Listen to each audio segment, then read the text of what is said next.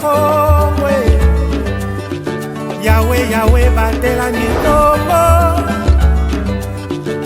Yahweh Yahweh benisa mikongwe Yahweh Yahweh batela mitombo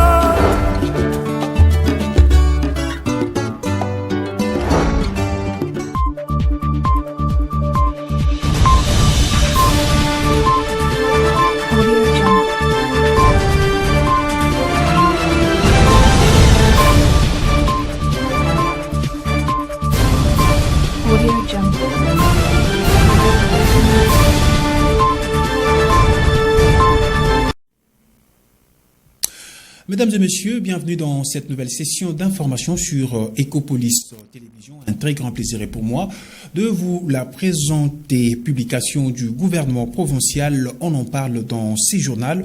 Le gouverneur de province, Grace Kwanga Manswangi Bilolo, a procédé au réaménagement de son nouveau gouvernement.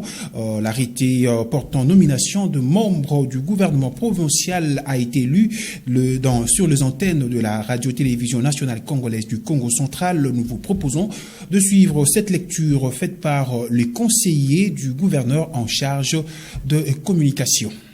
Arrêté provincial numéro 090 bar bis bar cab point gouv bar cassé bar 087 bar 2025 du 16 août 2025 portant réaménagement de membres du gouvernement provincial du Congo central.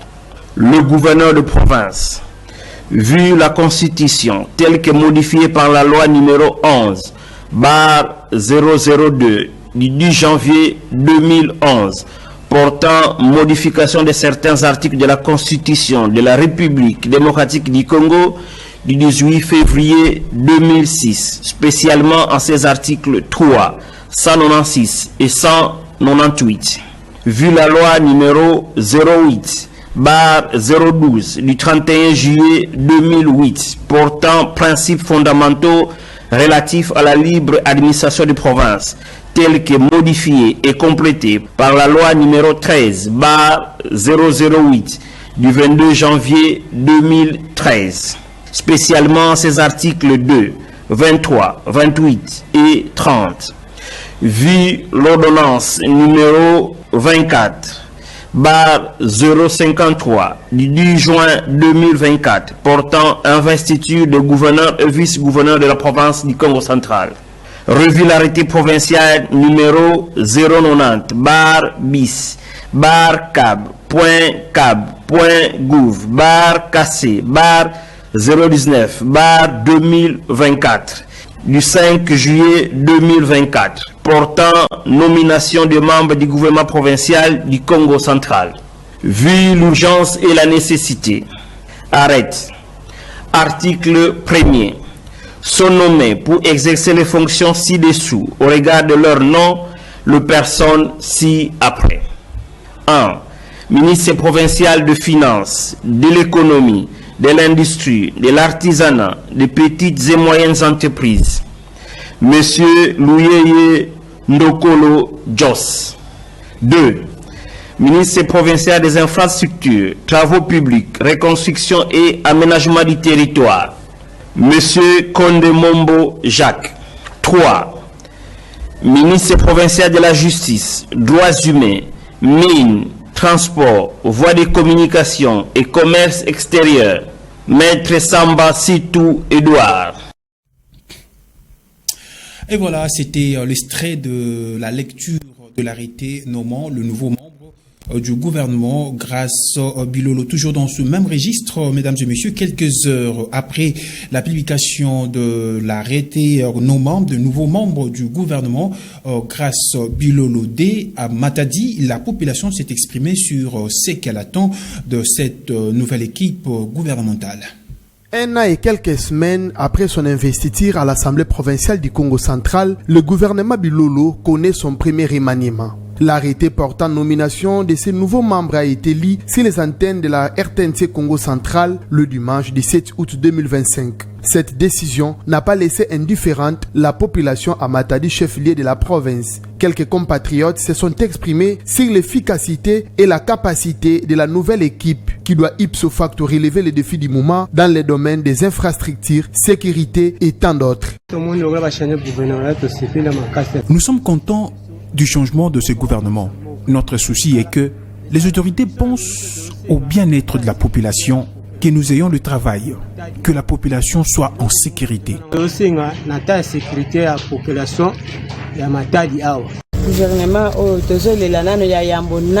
ce gouvernement, en premier lieu, il n'y a pas de route. Tout ce qu'on entendait, rien ne s'est réalisé. Nous avons suivi comme vous la sortie, n'est-ce pas, de ces gouvernements Milolodé, s'il faut l'appeler ainsi. Et la question de savoir, est-ce qu'il était-il important, une année après, de mettre en place une nouvelle équipe? Vous savez, la réponse, je dirais qu'elle est mitigée parce qu'il y a un aspect, moi, personnellement, que j'ai épinglé en ce qui concerne un ministère qui était vacant il y a de cela un bon moment. Notamment, il s'agit du ministère de l'Intérieur et qu'il fallait nécessairement et impérativement qu'il soit nommé un ministre qui puisse chapeauter ce secteur aussi important parce que vous savez, notre société, notre province, nous faisons face à une question, n'est-ce pas, cruciale de l'insécurité. Il faut lutter, il faut trouver des solutions, il faut sécuriser la population, alors que cette vacance n'a pas permis à notre population d'être sécurisée comme il se doit par le fait qu'il n'y avait pas un animateur, un ministre, quand bien même il y avait un intérimaire. Le nouveau gouvernement provincial est appelé à mettre en place un travail de qualité afin de relever ces défis.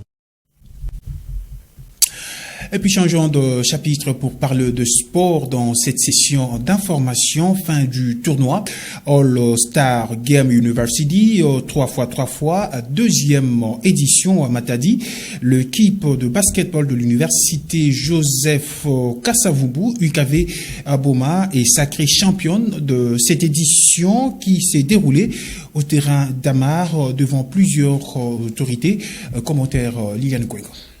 Organisée par la Robank avec le soutien de Visa et Illico Cash, la deuxième édition du tournoi de basketball All-Star Game University 3x3, s'inscrivant dans le cadre du programme We Act, s'est clos avec le sacre de l'université d'État Joseph Kasavubu UKV Boma. Pour cette deuxième édition qui s'est tenue du 15 au 16 août 2025, l'UKV Boma inscrit son nom au palmarès en décrochant son tout premier titre devant 10 autres équipes universitaires du Congo central. La cérémonie de remise de prix s'est déroulée dans la soirée du samedi 16 août 2025 au bassin du terrain d'Amar en présence tant des autorités de la ville, de la province que des organisateurs qu'est la Robank. En récompense de leur exploit, les champions de l'UKV Boma ont reçu un chèque de $750 américains offert par la Robank. L'université libre de Matadi, Illumat, est classée 3e. 5 autres joueurs ont aussi été primés individuellement, dont Tishi Kunsimba est le meilleur joueur du tournoi. Le tournoi All-Star Game University 3x3 se positionne comme un outil d'accompagnement de jeunes dans un esprit d'inclusion, d'excellence et de responsabilité sociale. À travers le programme We Act, Robank et ses partenaires réaffirment leur mission d'accompagner la jeunesse congolaise dans son épanouissement en misant sur les talents, l'inclusion et l'innovation. Quittons le basket pour parler du sport roi, le football. La RDC quitte le championnat d'Afrique de Nations 2025 après l'ère de fête. 3-1 face au Maroc, terminant à la 3e place du groupe avec 6 points sur 12 au soir. Un bilan de 2 victoires et 2 défaites en 4 matchs, nous dit Glodin Lucane. Que l'arbitre malien Ousmane Diakité donne le coup de sifflet final de cette rencontre. Triste épilogue pour le Léopard de la République démocratique du Congo au championnat d'Afrique des Nations CHAN 2025. Opposé au Maroc le dimanche 17 août de l'année en cours pour le compte de la dernière journée de la phase des groupes. Les hommes du sélectionneur Otis Ngoma se sont inclinés 3-1. C'est là une élimination prématurée de la compétition. Dès les premières minutes, les Marocains ont imposé un rythme soutenu ayant conduit à leur premier but. Menés rapidement au score, le Léopard ont réagi avant la fin de la première partie pour le 1 but partout. Malgré cette égalisation en seconde période, les Léopards n'ont pas réussi à faire face à une équipe marocaine techniquement plus affûtée. Le but égalisateur ne sera qu'une maigre consolation. La RDC a concédé 2 buts, ramenant le score à 3-1. Le bilan des Léopards à prime reste amer et des voix s'élèvent pour exiger des réformes dans la gestion de l'équipe nationale. Presque en larmes, le capitaine des locaux, Mika Miché, a lancé un message fort à la nation. J'ai commencé l'équipe nationale depuis 2012. L'équipe nationale n'est pas seulement pour le professionnel. Elle a plusieurs catégories. Dans toutes les catégories, la préparation commence toujours en retard. À chaque fois, nous avons toujours des difficultés. Le voyage, le rassemblement, tout est difficile. Nous avons le bon et jeune joueur, même si nous ne serons plus là, mais aider cette jeunesse. Cette élimination met un terme aux espoirs congolais de rééditer les exploits passés en 2009 et 2016. Et puis, à l'international, sachez que l'Ukraine a été la cible de nouvelles attaques russes dans la nuit du dimanche au lundi 18 août 2025, alors que les efforts diplomatiques s'accélèrent pour mettre un terme à la guerre. À l'aide de son chien, ce secouriste ukrainien tente de retrouver des survivants parmi les décombres. Cette nuit, comme tant d'autres auparavant, 2 frappes russes ont durement touché la ville de Kharkiv. L'une d'entre elles s'est abattue sur 7 immeubles, tuant plusieurs personnes sur le coup. Une vingtaine d'autres sont blessés. Il s'agit d'un père et de son enfant. L'enfant a 1 an et demi et le père 46 ans. Toutes les personnes sorties des décombres ont été prises en charge par les ambulances. L'étendue de leurs blessures peut varier. Coupures par les éclats de verre, contusions et réactions de stress aigu. Dans ces régions de l'Est de l'Ukraine, les négociations diplomatiques en cours outre-Atlantique ne sont qu'une vague idée, un espoir lointain de paix. La réalité est rythmée par les assauts russes qui ne faiblissent pas. À Soumy, mais aussi à Zaporizhzhia, plusieurs bâtiments ciblés par les missiles sont en proie aux flammes.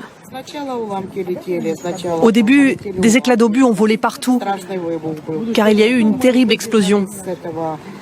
Ensuite, nous sommes sortis du magasin en courant. Katia m'a dit « Olena, il faut fuir !» Et après quelques minutes, il y en a eu une autre.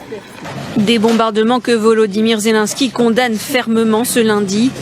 Le président ukrainien, attendu à Washington, affirme qu'ils visent à humilier les efforts diplomatiques. Et la fin de cette session d'information sur Ecopolis Télévision. Merci à vous, mesdames et messieurs, de l'avoir suivi et surtout restez branchés sur nos antennes. D'ici là, portez-vous bien.